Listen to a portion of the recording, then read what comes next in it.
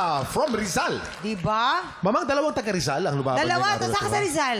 Sa Taytay po. Tay-tay Tay-tay. naman. Ako yan, mga kakanin naman ng mga ano dyan, di ba? Yes, no? Anong sa mga pagkain sa Taytay, anong pinaka-paborito mo sa lahat? Yung mga ano po, yung siomay. Shoma. Kasi China galing yun, Gusto siomay. ko po. Kahit saan marami Bali sa Hindi, Taytay dyan- po kasi, ano. Nandyan ang mga paggawa ng kalamay. Yes po. No? Yung kantang kinanta niya kanina, yan po ang winning song ni Jessica Villarubin. Oh! Nako, pinili mo ba talaga yung kantang yan? Alam mo yan ang winning song ni Jessica? O tsamba lang? Ay, Hindi ko po alam. hindi ako Hindi naniniwala. mo alam. favorite. Mahirap talaga kantahin mo yung kinanta ng isang ano. Inampalan. Isang, inampalan. Oo. Ilan pala? Sample mo nga ng konti doon. Yung winning part. Tinaas palalo. Oh my gosh! Mga ating tropa, Jessica Villarubin! Grabe naman to si Jessica. Ano na naman? Ginigigil ako neto eh. Oo. Ano pala to? Tanghala ni Jessica. Habang may buhay, 1 octave higher. Anak ng Grabe tipaklong, ka, ano? nakaupo ka pa ng lagay na yan. Pero alam mo kung ano yung pinakapanalo sa kantang yan? Yan ay awitin ng bawat nanay sa mga anak. Yeah. Totoo. Yan ah. Ibibigay ng nanay ang lahat, no? Ang kanyang buhay para sa kanyang anak. Totoo yan. Ako na. Go, inampalan. Laika, alam mo, nung kinanta mo nga naalala ko yung sumasali ako. Na-feel ko naman yung emotion mo.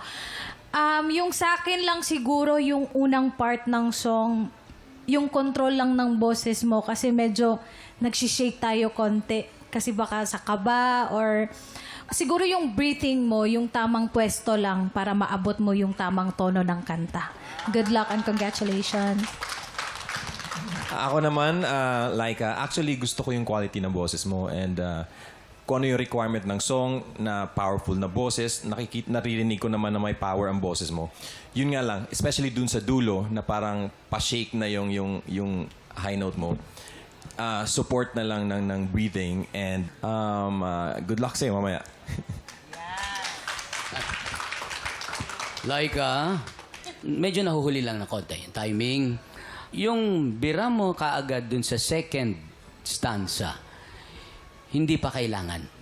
Masyadong maaga. Nagbuhos ka kaagad ng energy rito sa second. Kaya banda ron sa dulo, medyo naubusan ka na. Diba? Hindi kailangan mag-adlib to impress.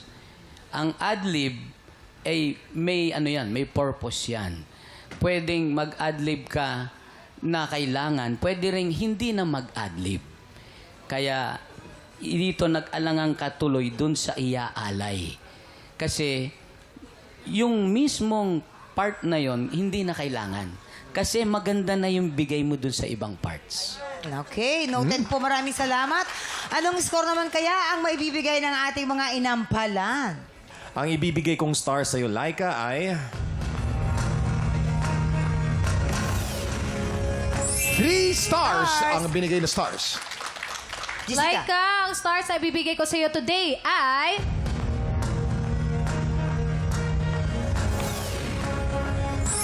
Four stars! May kataasan, mama. Oh, yes. Ito na mamaya natin papakita ang scores na ibibigay naman syempre ni Tatay Renz. So far, si Allen ay meron ng 6 stars at si Laika ay meron Seven ng pong 7 stars. stars. Third day na ng ating kampiyon ngayon. Siya pa rin ba ang magwawagi o mapapatasik na siya ng isang bagong kampiyon?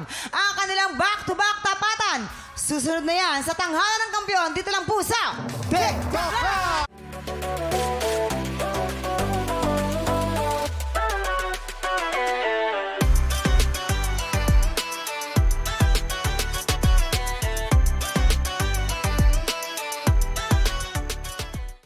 Tiktropa, pinanood mo hanggang sa dulo itong video na ito? Abay, very good ka!